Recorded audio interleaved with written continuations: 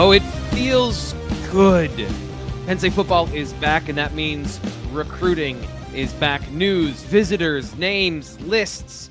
We like nothing on this show better than a list of names to tell you about. That's one of the things we specialize here on the BWI Live Recruiting Show. I'm Thomas Frank, and by we, I mean Ryan Snyder and Sean Fitz, are recruiting reporters for Blue White Illustrated, who have been covering a whole bunch of things. We were all out at practice on Tuesday. I think it was awesome to have the whole gang together out there at practice. You guys are focusing on one thing. I was focusing on another. We talked about it on yesterday's show, but there was some news that we'll get to from the recruiting side that we can discuss in just a little bit. But first off, I want to promote something that is not recruiting related, but I think has been awesome for Penn State fans. It's one of those, you got to subscribe for this sort of content. Sean Fitz has been putting out his preseason spring depth charts, or initial depth charts for spring. It's the stuff that is just, it's the gold that you get for subscribing to Blue White Illustrated. So Fitz, tell us a little bit about your process of putting these together, and again, a shameless plug of where they can go get them.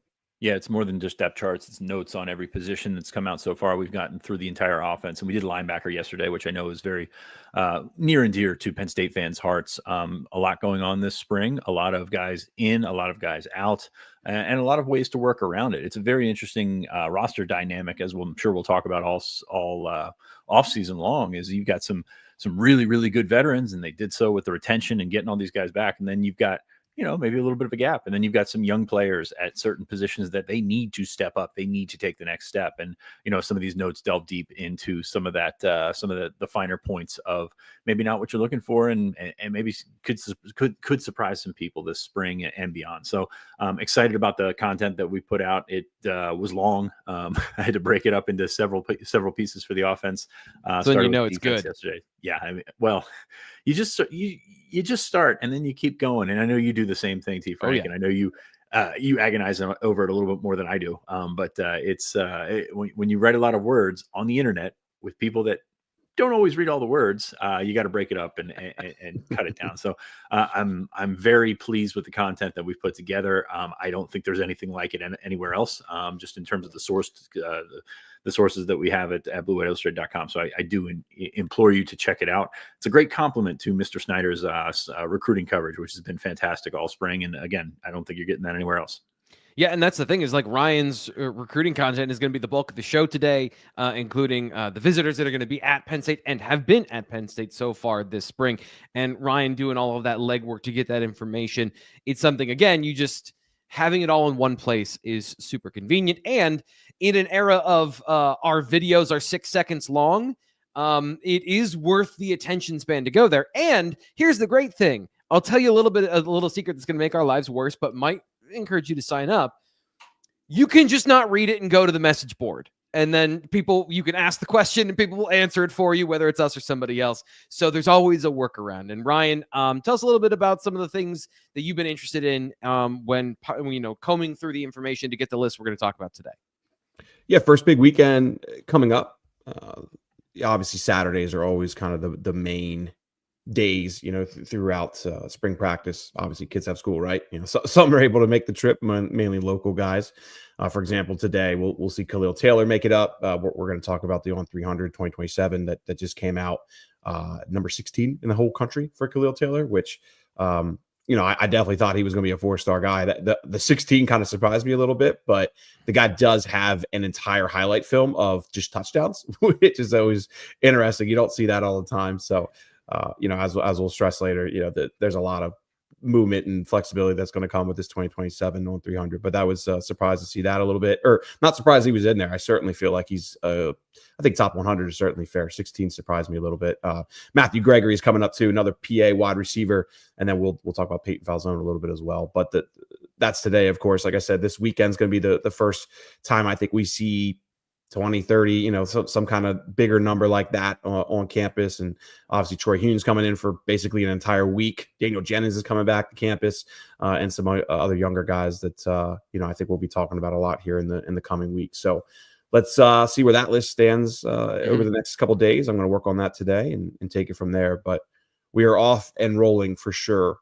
Actually, there was a good amount of players out there on Tuesday, which again, Tuesdays and Thursdays, you don't always see that. But I thought there was a pretty good list there on Tuesday as well.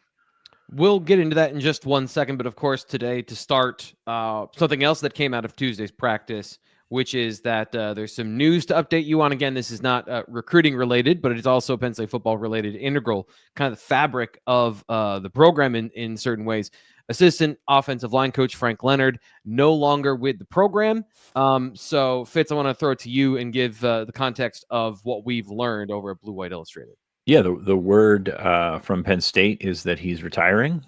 He's been coaching for a long, long time. I love watching Frank Leonard coach, as engaging and there's not too many synonyms for him because he's really one of a kind, loud, in your face, bombastic. Very, yeah, I would be a good one. Yeah.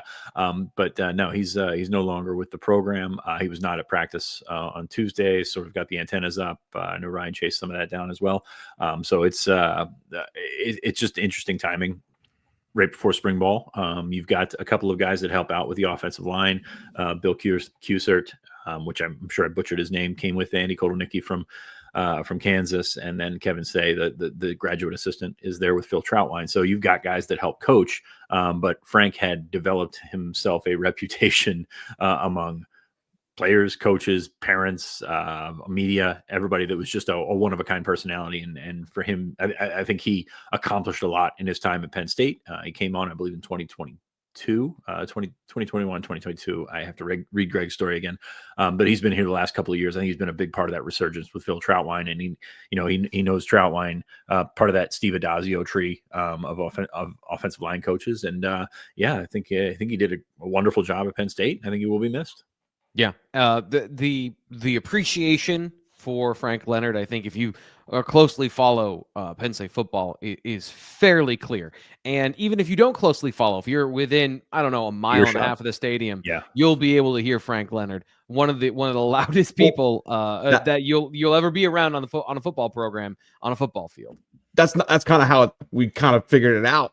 Because I got to the end of practice and I was like, I haven't heard Frank Leonard at all here. And then, it was very towards the end, and then it kind of dominoed from there. But that's funny to bring up because that was the one thing I was going to say is, we were there, we got like 40 minutes of access the other day, which is about twice as much as we normally do. And we got towards the end of it, and, not hearing Frank at some point, whether you're across the field or right next to the offensive lineman, certainly grabbed my attention. But anyway, wish him all the best in retirement. Frank's always been good to the media, always been a player, a coach who I think recruits and families always speak really highly of. He's an intimidating figure, I think, out on the field if you just see him for the first time, and the way how animated he is. But behind the scenes, man, people love him.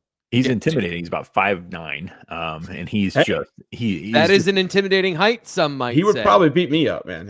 Some might say that. So he's the guy that you want to get in a photo next to LeVar Arrington, and then it'll go. Oh yeah, monster LeVar Arrington the second. Yeah, that was a funny tweet. It's really interesting because in the era that we just went through with analysts, those guys were kind of in the back, like even like Ken Wisenhunt in the background of everything, and then all of a sudden, this guy comes along and he's different than these other guys. And a lot of that actually stemmed from camp, like from prospect camp, because they couldn't do the actual coaching until up to last year because they changed the rules and countable coaches, etc. So at camp, he was always engaged with yelling at parents, yelling at kids, like yelling at kids, like not just like, here, Johnny, great job. It was like, get everything in there and get. So I think it was just really impressive to watch him work. Obviously came from Boston College. I believe he was at Colorado State just before with Adazio. So he's been all over the place. He's coached a lot of football. He's been very popular with Penn State, and like I said, we'll miss that voice. It's as distinct as they come around the program. It'll be interesting to see how, if, the impact, the ripple effect of these things. Obviously, Phil Trautwein is the offensive line coach, and he's the guy that's setting the tone for the room. But how do these things evolve after that? You jogged something. This is totally unrelated, but this is a photo I found that I took during practice the other day. And you mentioned LeVar Arrington in the second. Here's this photo, and this is the wrong aspect ratio. I hate this, but I shared this on my social media, but I thought this was just a super cool picture. Obviously, in the foreground, LeVar Arrington Jr. And if you don't know who that is in the background, that was accidentally in focus. Yeah, that's Abdul Carter. Not exactly foreshadowing of any kind whatsoever, but Well, there it is. It's funny how that took off. Audrey Snyder, the Athletic, took the picture of LeVar, and he looks absolutely massive. Don't get me wrong. I wish people could take pictures of me with those kind of angles, because it is, it's like somebody just said it on the board. It's like when I'm standing beside Nate doing a promo shoot or something like that. It's very different. I look like an NBA power forward compared to him. Yeah, you put him in there and you juxtapose him in with the rest of the linebackers, he kind of fits in. Like Abdul was about 20 pounds heavier when he started at Penn State. So like there's a wonderful frame. There's wonderful athleticism. I think the sky's the limit for LeVar Arrington II. It's just funny how an image can sort of warp everything. And it's pretty amazing to watch that in the last 48 hours. So if you, we've been talking a lot about things that we've put out at BlueWhiteIllustrated.com. We've been talking about, signing up to the site. Something that I've asked you to do here on the YouTube channel repeatedly for years now is I've been asking you to subscribe here to the YouTube channel and to like the video, all those things. The homework I give you guys all the time. And this is something I've been meaning to do, but I've always been a little bit tentative of like, am I allowed to do it? Am I not allowed to do it? Here's the thing. I don't care. We're going to be doing a giveaway. Subscription giveaway to the Blue White Illustrated YouTube, to the BlueWhiteIllustrated.com. So here's how it's going to work. Between now and the Blue White game, we're going to say roughly 30 days. We're going to have a subscription drive. If you subscribe here to the YouTube channel, new subscribers only, between now and the Blue White game, we're giving away 5 subscriptions that weekend. So any new subscribers, if you've been on the fence and you watch the show, maybe you watch the highlights, maybe you watch the cut-ups or something like that. If you just take the plunge, the free subscription, you could get a subscription to the site over at BlueWhiteIllustrated.com. Again, 30 days between now and the Blue White game. So we want to thank you for being here and for watching. And if you haven't been one of the people that's a regular here, consider it. This show also brought to you by My Perfect Franchise. I always appreciate the people that make this possible, not just you guys out there, but the people who advertise with us and that make the monetary side of things possible. And they want to make that future for you possible as well. Andy Ludicky is a franchise consultant. So if you have experience in corporate management and you are tired of working for the man, just grinding out nickels for somebody else, but you feel like you could, do this better yourself, why not give it a try? If you've got the experience and you've got the financial situation to buy into the process, he's going to take you through the entirety of purchasing a franchise. He's been through this before. He can give you management tips, but more importantly, he can tell you if you're getting fleeced. He can tell you if you're the right fit. He can show you what you need to know throughout the entire process. Fill in the gaps of knowledge you may not have if you're an expert in the field. And then he's going to help you find businesses that fit your lifestyle, your expertise, and your particular family needs. So get started today. Get on his calendar. Andy at myperfectfranchise.net, 404-973-9901. Might not be for everybody, but it could be for you. And there's never a time to determine your future like the present. Okay, let's talk about the recruiting news that we need to get to. Of course, a lot of that has to do with the spring visit schedule. And we'll get to that actually in just one moment. The thing I want to talk about right now is what Fitz and I already discussed here on the YouTube channel a couple of days ago when David Davis committed.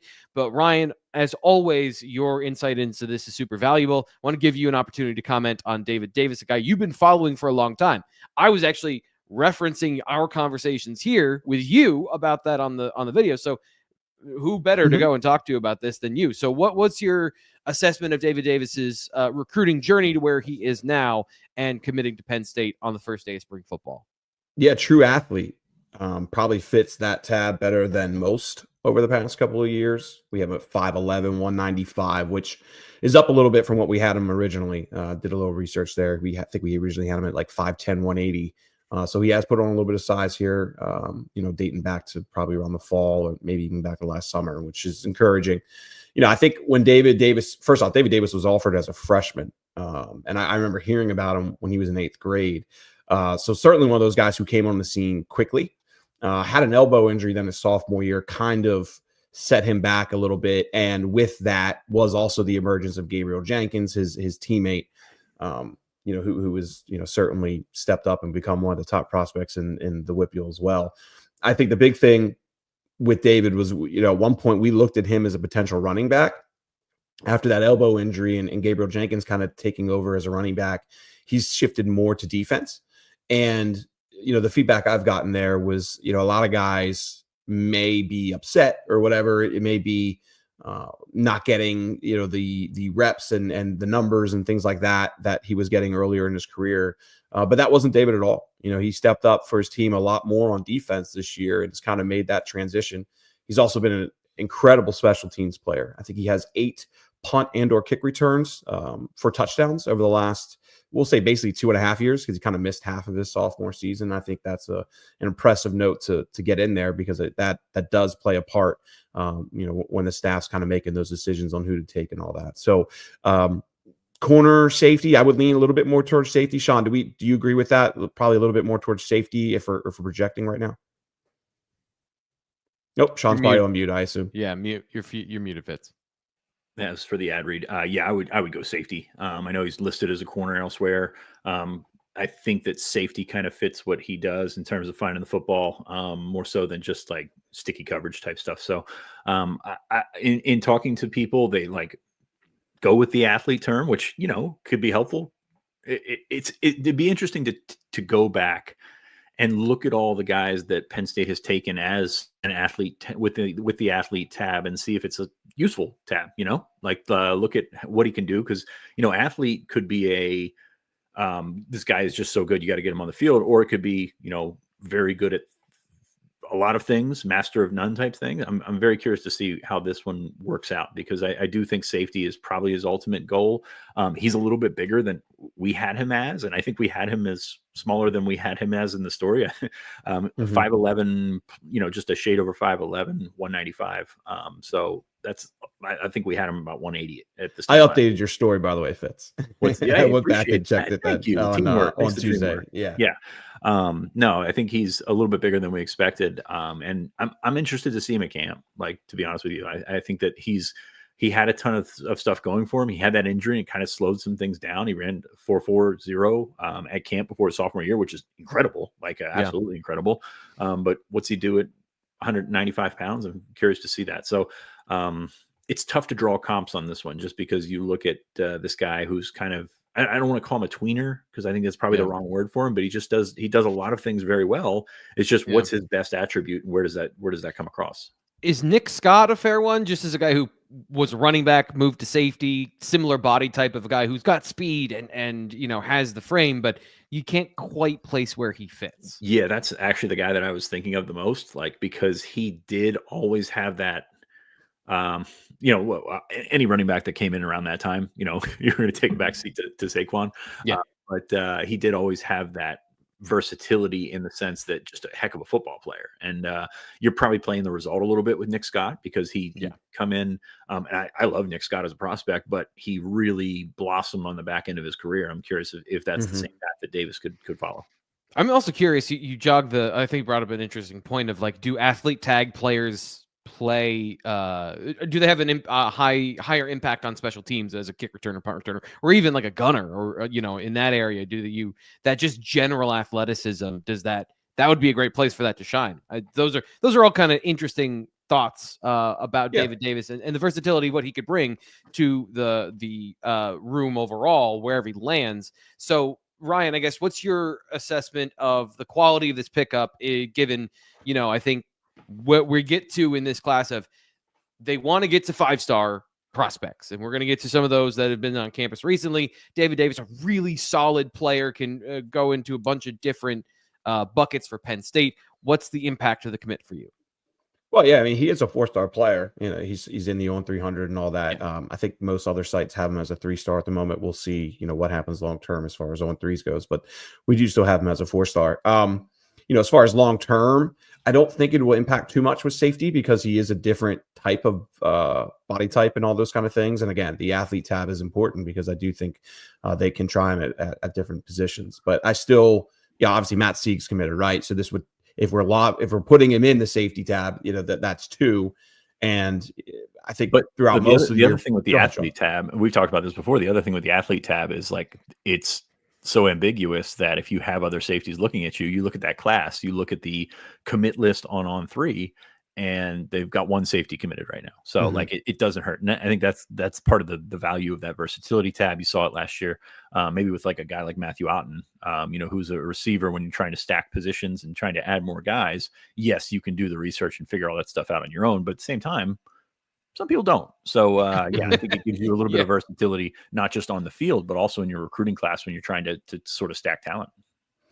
But So- I still see him going after. Yeah, obviously Joey O'Brien will put him in the kind of a different category. But I would still see them going after like a Sean Johnson, right, and some other guys. Zahir Cobb has one set. We'll see where that goes long term. But do I see them taking for safety? Do I see them signing for potential safeties? Maybe not. But time will tell with that.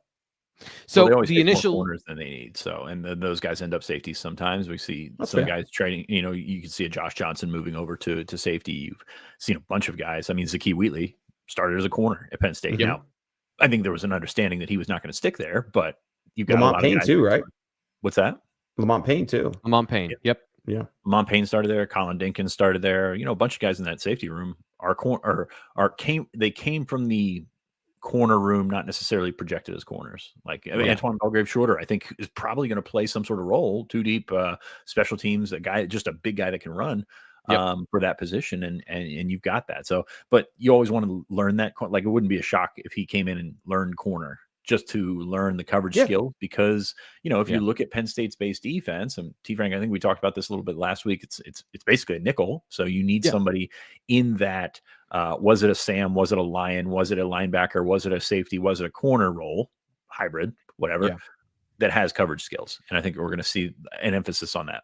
It's only more important now because you're playing that nickel role, and you'd like to have ideally bigger bodies there, more physical bodies. And even with that, just with the way college football is, your field safety is a pseudo nickel corner anyway, because if you're going to play man coverage, or you're going to, offenses like to manipulate your defense into bizarro alignments, so that guy needs to have some man coverage skills. I always think about what's the hardest skill for a position to play, and can a player execute that in the defensive scheme? And everyone needs to do a little bit of everything, but you can hide certain players.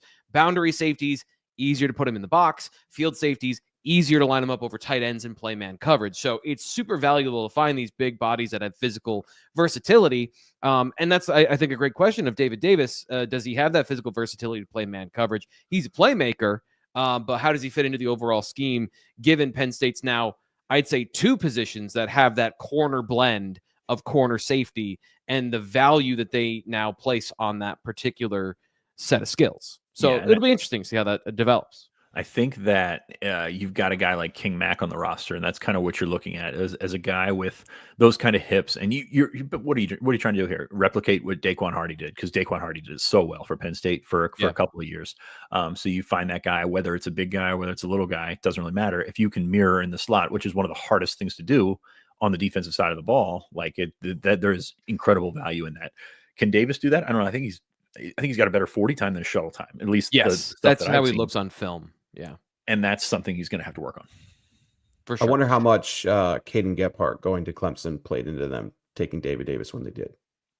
There's some similarities there as far as questions about coverage. Like I think David Davis is probably better in coverage than Caden Gephardt, but like Caden Gephardt was being talked about as a linebacker because he's great within the box, right? He's great at coming downhill, making tackles, cleaning up on plays. Or like I could see David Davis being used in a similar sort of role there. Trying to be a physical athlete, cleaning up on missed tackles by linebackers. So I want to move on here to the class of 2027. Fitz, it's way too soon. That is for sure. I do want to know, what are the initial takeaways from the On 300 2027 rankings? If it's not Penn State doesn't have X in the top 300, or don't look at the rankings of X position right now, what are the things that intrigue you? Ryan, I'll come back to you because I know you've done a lot of work on this, but I just want to get to Fitz, get your thoughts here, and then we'll get to you. Yeah, that's Ryan's headline got me the other day. Penn State involved with more than 100 prospects in the initial On 300. A couple things there. There's a lot of prospects. And number two, they're probably involved with more than that. We just don't know. Oh, yes. I didn't go through every single one. I was going to get that out there. Every single one. It's probably closer to 150. It jumps out at you when you see that many people. And I'm going to say the same thing I said about 2026. It's way too early for these rankings. Like and we want you to look at them. We want you to like consume the content. Absolutely. And, sometimes these guys go wire to wire, but they don't always. So like, if you're hanging your hat on the 2027 rankings right now, just hold off. Probably the same with 2026, but there's a lot of guys in the region that you see. There's a couple guys in Pennsylvania, Keemon Spell, the Penn State commit, number 8 overall.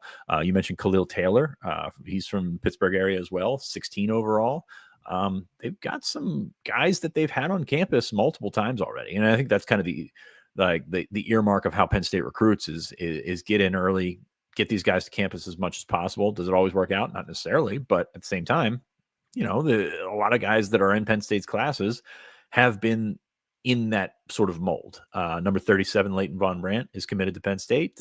Maxwell Hiller's in there as well, which we are big fans of here on the podcast from Coatesville. So Pennsylvania and the surrounding areas looking pretty good so far in 2027. And that's a boost, because we talk about in the 2026 class how valuable having positions like the defensive line in the region, like how valuable that stuff is. And I think that it's way too early to talk about it, but it's a good start. It's a good start. Mm-hmm. And Ryan, I wanted to go to Fitz first for him to say it's way too early, and then I want you to hype us up. So yes, give us the good stuff. Give us the way too soon. Pay attention to this stuff. All right, real quick, to answer Ryan's question in the chat, Camo is a program we use to use our cell phones basically to get 1080 resolution on these videos, and I have the wrong thing clicked at the moment. So sorry, I'm not going to change it because I'll probably screw something up and then my video will go away. So we're just going to let that logo sit there for the day. But that's on me rushing and not being here early enough. Sorry, T Frank, I apologize. But I think the big thing right now is 9 guys in the top on 300 from Pennsylvania. 6 of them are top 100 guys, which that's not going to last. I'm just going to call it like it is. Sorry, T-Frank. I know I'm supposed to be pumping things up, but that's not going to last. Right. The best class they've had since 1-3 started was 4 in the top 100. That was the Kyle McCord, Marvin Harrison. Yeah, there was a couple others in that class too. But I'd be surprised if that lasted. It surprised me a little bit. Now, again, Khalil Taylor's certainly a guy. Like I said, he's up to 16 right now. Pops a lot. I really like Khalil Taylor. I think he's going to be certainly a prime target. He already is one of Penn State's top, 2027 targets. We have him as the number 2 wide receiver in the country right now. That's going to change a little bit with time, but I do think he's a potential top 100 guy. We'll see where that goes. Certainly having Maxwell Hiller at number 40 in the country, another guy that I would expect to stay up there. From Pennsylvania. Matthew Gregory stands out a lot. I think there's a lot to still learn about Matthew Gregory, but when you're looking at his 100-meter times and things like that, I understand why Charles would have him rated that highly as well, just because there's only so much verified information out there on all these, sophomores, rising juniors, however you want to look at them. So that made sense. And there's some other guys that I think will probably drop a little bit as time goes on, but seeing 6 of the 9 in the top 100 certainly surprised me a little bit, but I think it is an overall good sign that there's certainly talent there. Even if look, they got 9 right now, if 6 to 7 of them stay within the top 300 altogether, that would be very good. Like that would be one of the better classes in a long time. Like I said, 4 is the highest so far. I think most of the years have been 2. And then I think there was one year, I want to say 2023, where there was only just 1 Pennsylvania player within the on 300. So to me, it's really about, will there be 4, 5, 6 of those guys in the on 300 in a year from now? Because that's when we really start to iron out this list, in my opinion.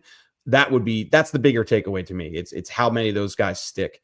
I should have mentioned Keemon Spell over in the chat. I mean, obviously he's the number 1 ranked running back in the country. I expect him to be, a player that they keep fairly high in the rankings. Whether he ends up the number 1 running back or not, we'll see. There's a long way to go. It's Did I do a good job hyping everything up there, T Frank? I don't think I did. You did. Sean is wearing off on me. Here's the problem. You guys know too much and give us the good stuff. And so I'm thinking you're saying there are so many good players in Pennsylvania and in the region, and we're having the conversation always about they can't get too high though. Like you can't have them too high in the ranking because then they go into a different tax bracket, and then we have the conversation of does it matter if the region is good if all of the biggest sharks are coming to take a bite of the region? And so it almost is like there's a bandwidth of like, you got to be in the top 120 and maybe like at the very end, you bump to a 5-star for Penn State to get that elite class everybody wants. But it's a fascinating, like mental judo you've got to do to find the right opportunity for Penn State to get, in 26, the next quest for a top 10 class, they have a great opportunity. And then 27, maybe, but also like you can't get too hot on the other side. Yeah, Jimmy Kalis is down further rankings. He's blowing up offer-wise right now. Another guy I'd love to see camp again. He camped at Penn State last year, but I wasn't focused on him as much because that felt very distant at the time. So, let's see where that plays out. We didn't talk about Peter Bork, too. Isn't Peter Bork the number 2 ranked quarterback in the country now? So, let's see with that one as well. That's certainly intriguing because he is, without a doubt, it feels like their top 2027 guy right now. I don't think they've offered, other than what's his name, who's committed, Brady Evans, who's committed to Ohio State. I don't think they've offered another quarterback in 2027. Like they seem to be really putting their chips in on Peter Bork at the moment. Fitz, any final thoughts here? Yeah, more wet blankets here. We'll see where they happen. I mean, you look at a couple of years back, Emilio Argard from St. Joe's Prep, I think was top 20 nationally like this time, and then fell out. And I'm pretty sure it was a 3-star by the end of the process. So a lot of changes, a lot of physical changes, a lot of recruiting changes and things of that nature, because this is what happens when these guys are 15 years old right now. So yeah. Right.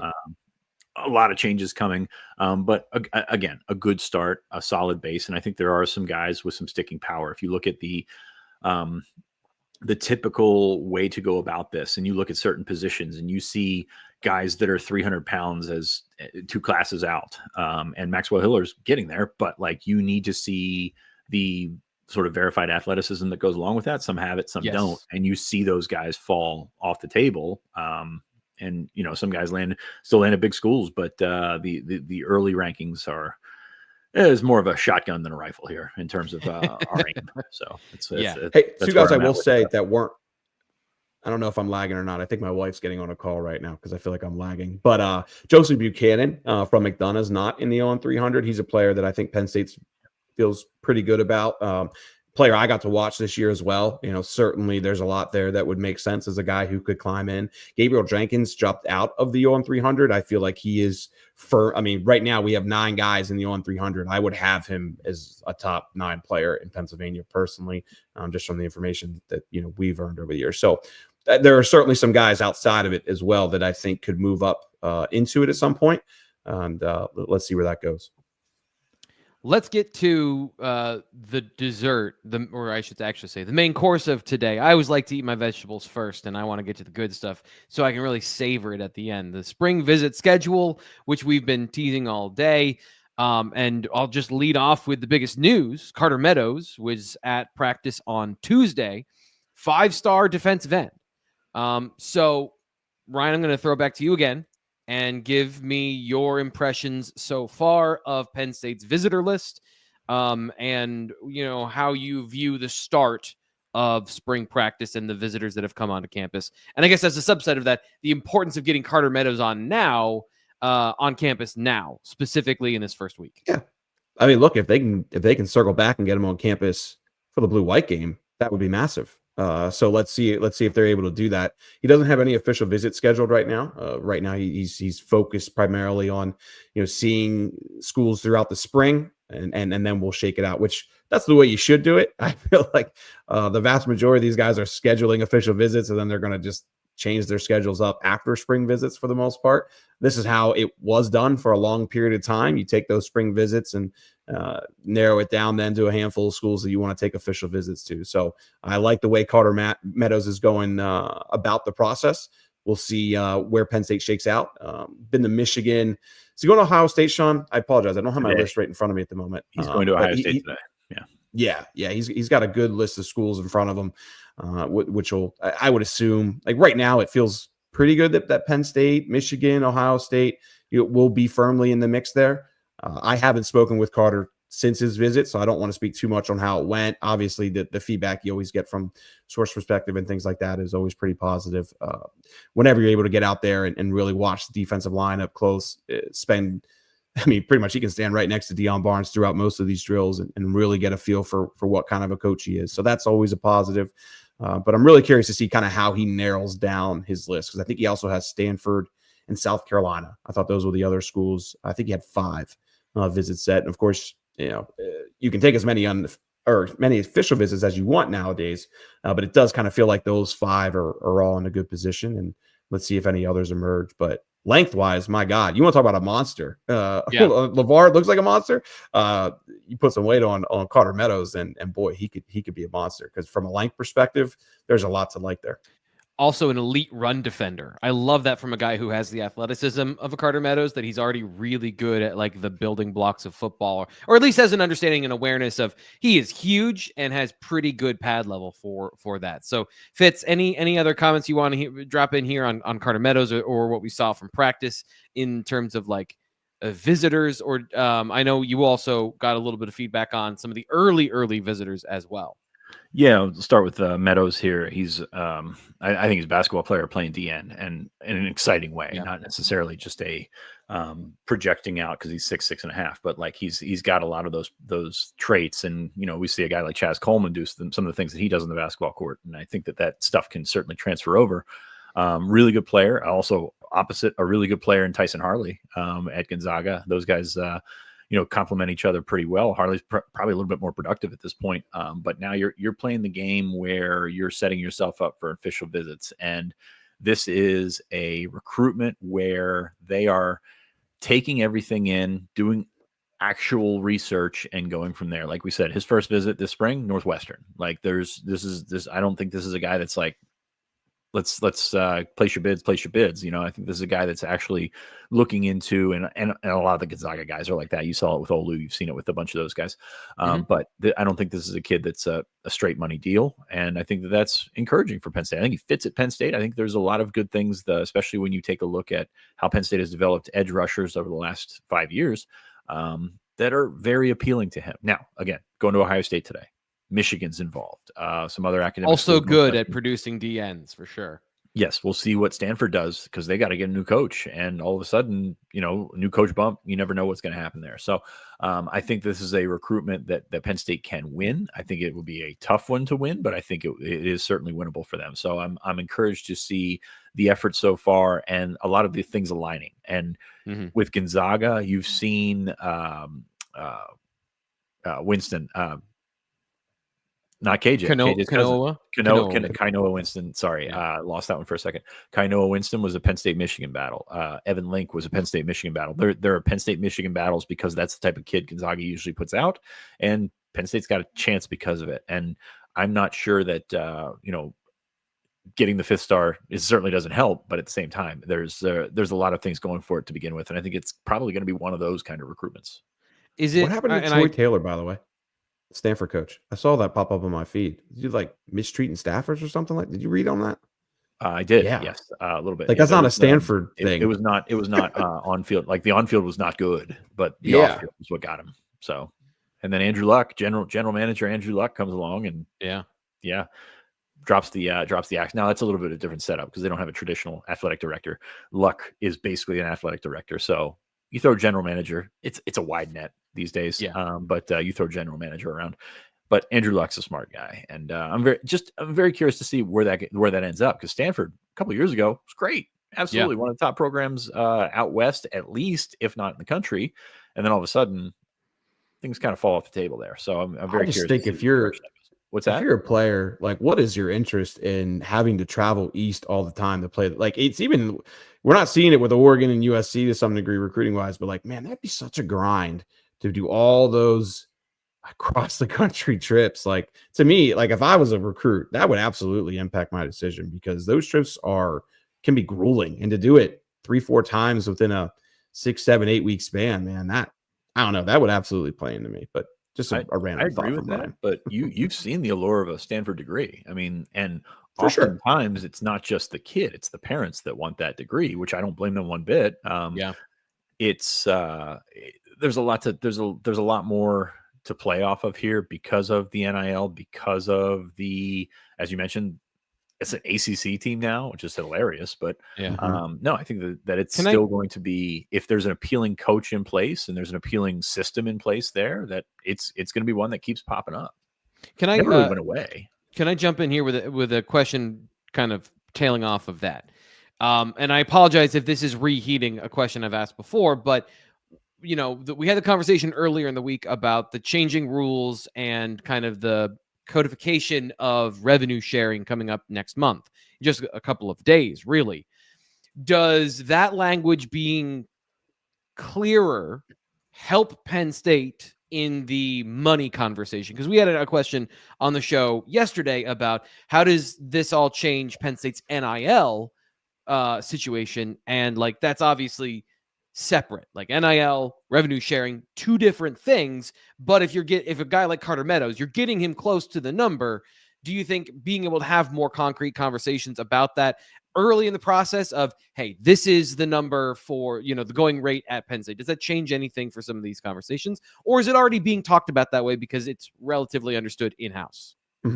John, you or me? Yeah, I mean, they're not talking hard numbers with guys right now. Again, there's no reason to.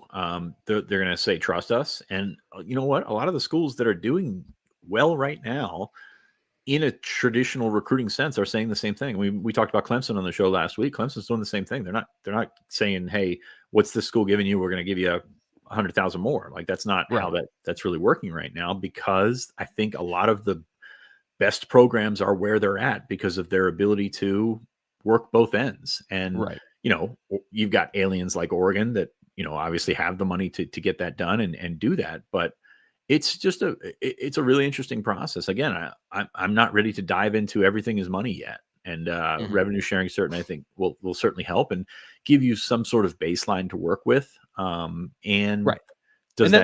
was kind of my question is does that baseline of this known information injected maybe a little bit earlier into the process just kind of level out the advantage of somebody dropping a bag in front of a kid to get a quick commitment early in the process, because the numbers maybe aren't so drastic between we're not talking about it and here is several commas worth of interest in our program. The issue with that is it only takes one. It takes one school to drop a bag that is twice as much as everybody else is offering, and then it's out the window. And I certainly wouldn't blame somebody for taking that kind of money. So, so that's sort of like the outlier, the X factor there is does that happen with some particular schools?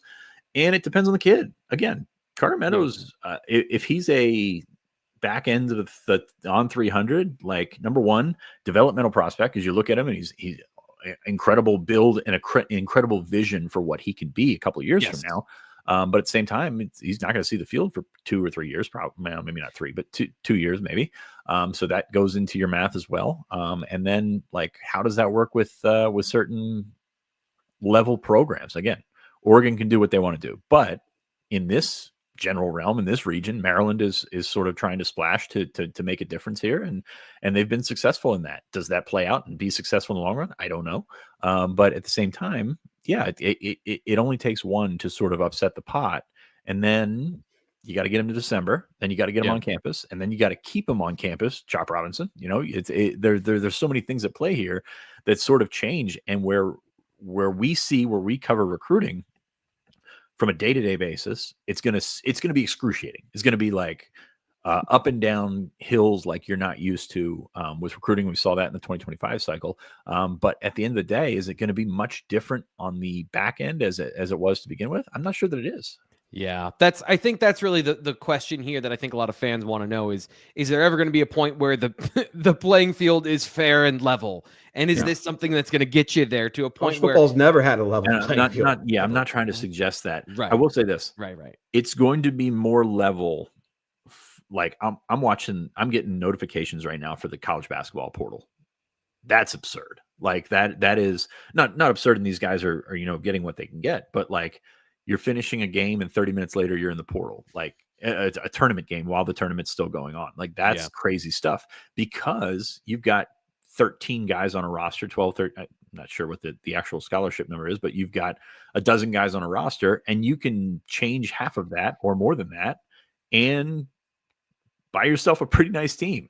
With football, that easily because you've got 105, 120 guys that are, all working together in that sort of thing. And if you change one or two guys, it doesn't change the end product as much as if you're signing up a center that can shoot threes. So that's where I'm at with that. And again, I'm maybe I'm behind on this, but like it's never been fair, and I'm not suggesting it's going to be fair, but I don't think it's going to be as different as people maybe are trying to convince themselves it will be to drag down the interest level. I don't know.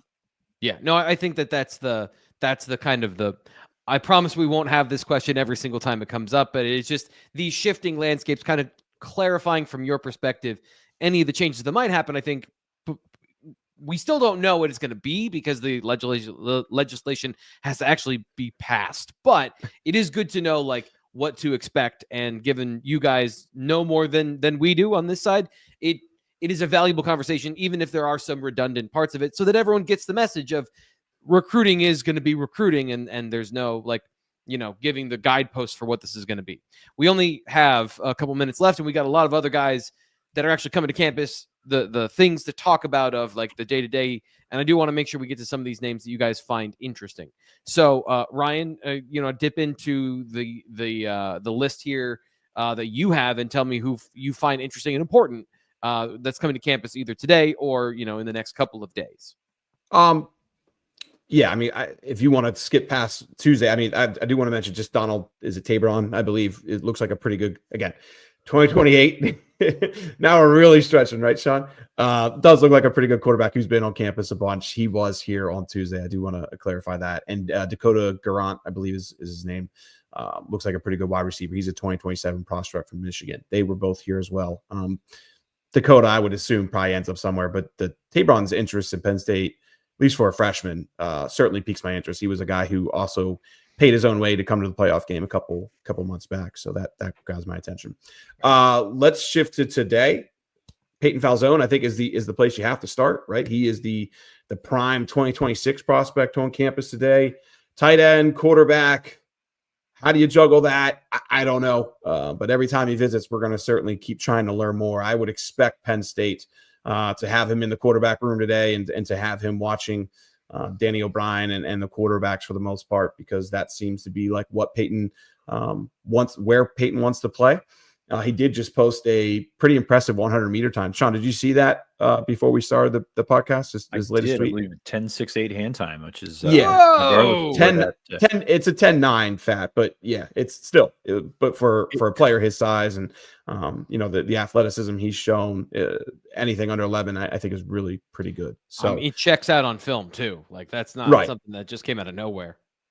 We knew he keeps working with Mandler too. That's part of the projection there. Yeah. Ryan, can I jump in on that part too? Go on. I want to. You've been waiting for this for weeks, by the way, and I know you have. We haven't gotten. I have been. So we can't reduce the conversation about Peyton Falzone being a quarterback to just his throwing motion, because it's not just his throwing motion. It's also his decision making and the neck up part of being a quarterback. You can go through the through line of Bo Pribula and Drew Aller to Jackson Smolik. I'd say Beckham Kritza is the one that kind of breaks from this trend. Penn State recruits quarterbacks from the neck up, guys that can play the position that on the high school level, from what I've seen, have a really strong decision-making ability. And so I think that's also an area where Peyton Falzone has to make a conversation. He has to change that narrative as well based on the film. And that's not going to happen until the fall. So it is a big thing. The throwing motion is a big part of this, and it is probably the foundational part, but it is not just that. There has to be other parts of this, to me, at least from my how I feel about the quarterback position, where he needs to improve on those areas as well to really be a serious quarterback prospect.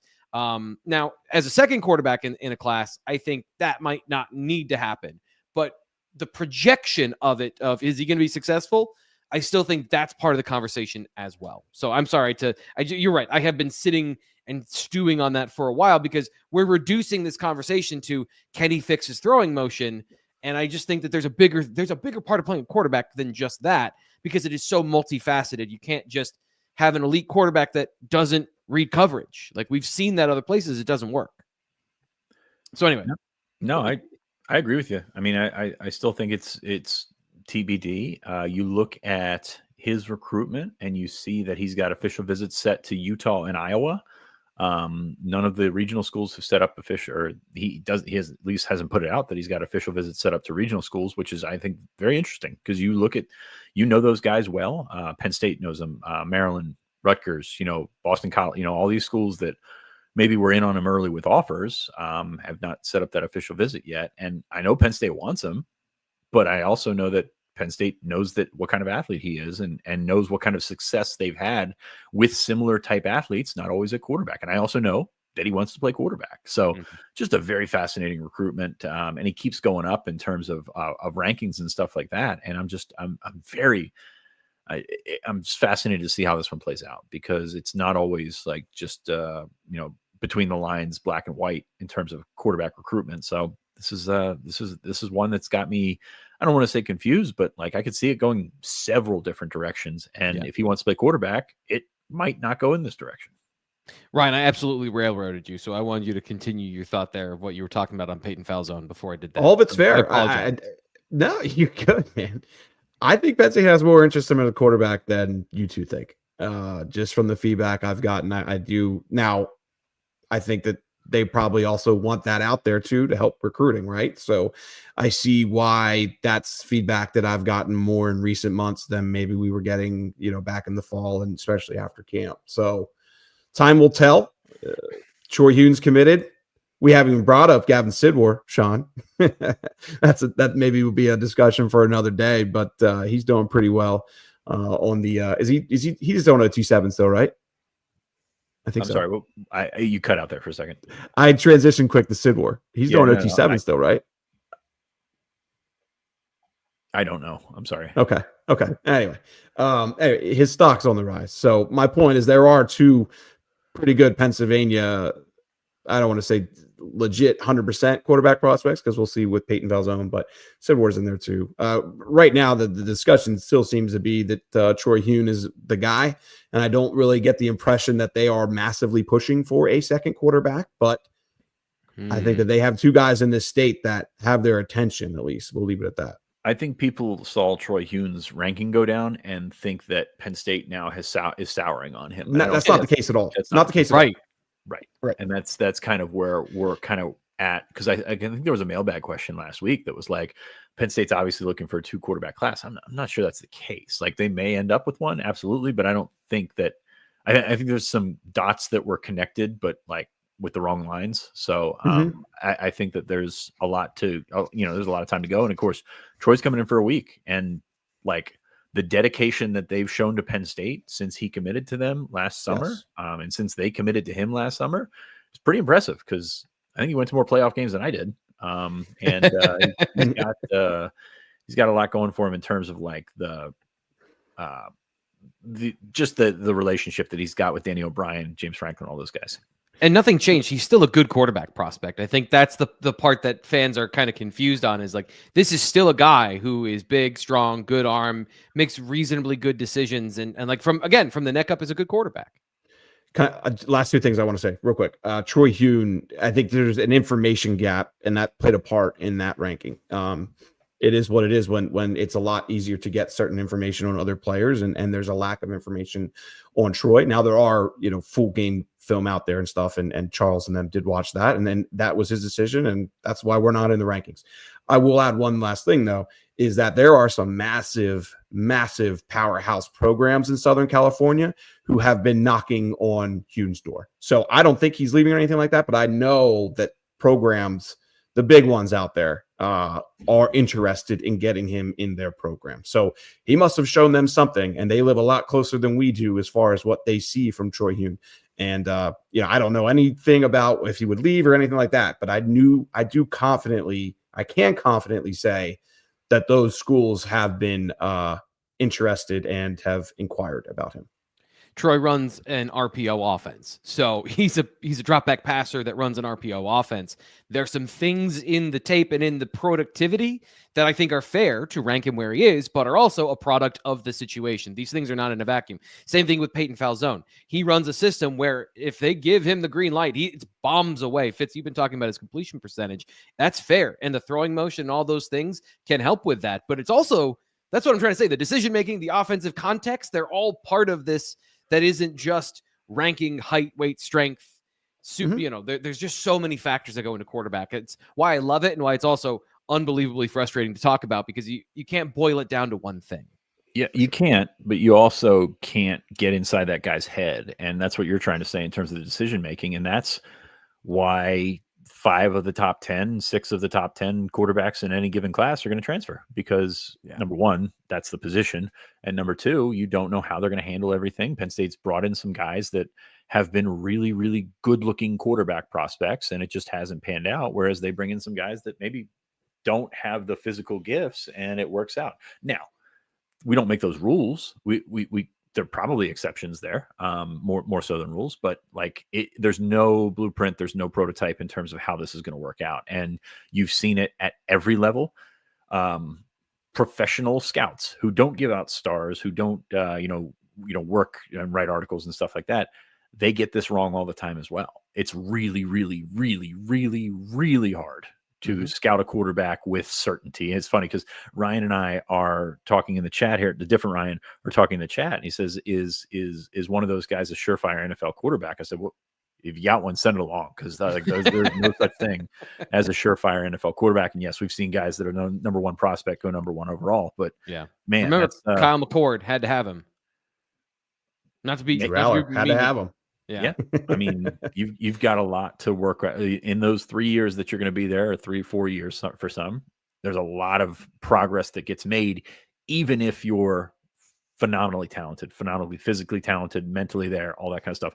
All that progress has to happen, and sometimes it flat out doesn't, and sometimes guys don't give it a chance to happen. So it's an interesting look at quarterback recruiting, just because it's such a crapshoot. And you can say that about any position, but when it's the most important position on the field and you have the ball in your hands every play, you kind of see it a little bit more.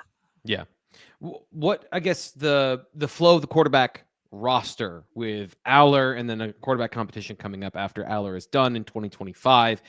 Ryan, you said they're not pushing super hard for a second quarterback, to your understanding. Well, why? I mean, it feels like this would be a time to do that, or is it kind of like, I guess I'm curious about that. I think it's spring. I think talk to me in a month and a half. Yeah, see your room. Figure out your room. This is going to be a good chance for them to see what Beckham Kritza has. Jackson Smolik obviously came back late, but this is a chance for Jackson to show progression. So I think that the discussion at the moment on March 27th is that.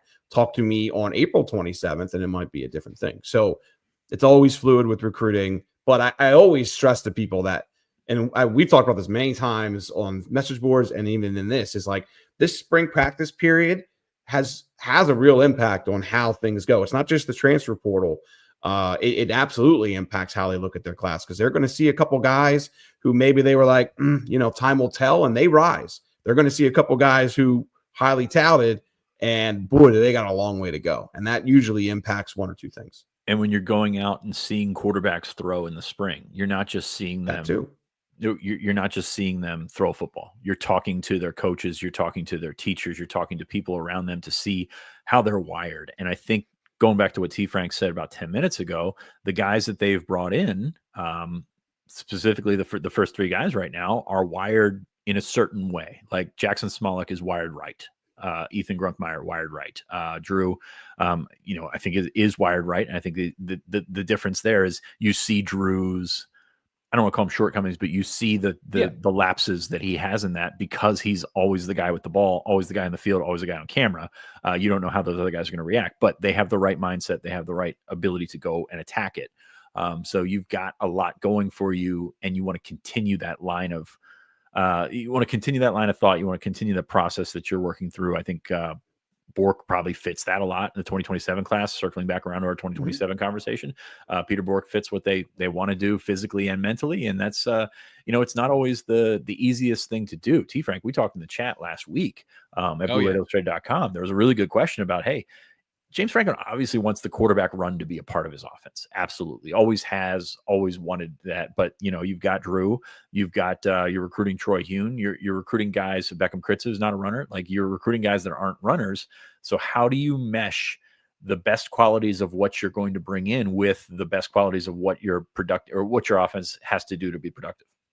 Yeah, it's first off, I think there's an overemphasis on the idea that the quarterback run is a skill you have to have. It is about numbers and how the defense reacts to your run game, which should be the what fuels your offense. It's more about I was actually watching Joe Moorhead, and sorry to attack this from a couple of different areas. I was watching a clinic from Joe Moorhead, and he had a quote from Chip Kelly: "First down, touchdown, first down, get down." That's the goal of a quarterback on the option play. If you can get a touchdown and you got the alley and it's wide open, the Red Sea parts, go get a touchdown. Get the first down. Comment, by the way. And if you can't, get your ass down and don't take a hit. That's what you're expecting from the quarterback run game.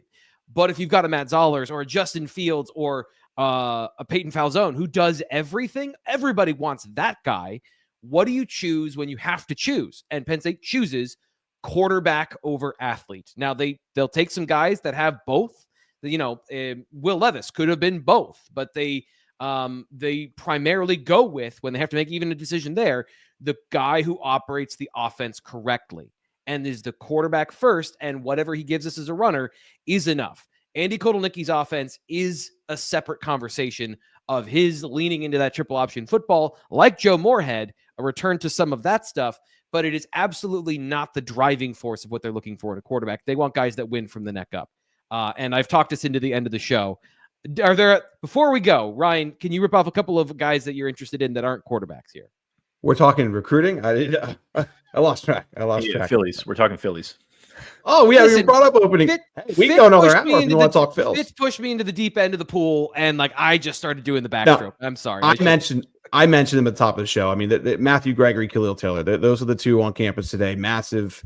I don't want to say massively important because they're 2027 guys, but two guys in the state look to be pretty good. There are measurables and track times and all these kind of things that, certainly projects for them to be important prospects for Penn State. Oh, by the way, they both play wide receiver, kind of a position we've talked about, which have we not talked about wide receiver depth today? I don't even know how that didn't happen, but it is what it is. So, we'll get into next weekend.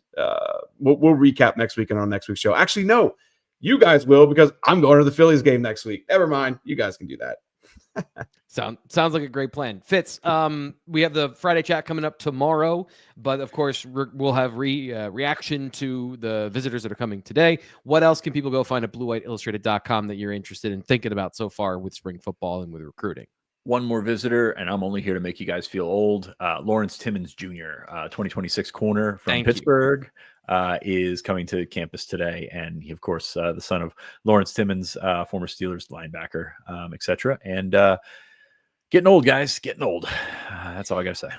I was 90% certain that was Lawrence Timmons' son, but I also wanted to ask you guys because you never want to just assume that and be very stupid and wrong on camera. So thank you. That's an interesting one.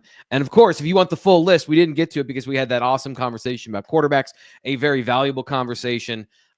Check out the rest of Ryan's list at BlueWhiteIllustrated.com and his reporting. And of course, subscribe here to the Blue White Illustrated YouTube channel. We're giving away subscriptions to the site around the Blue White game. People who subscribe from now until then will pick 5 winners to get a subscription to the site.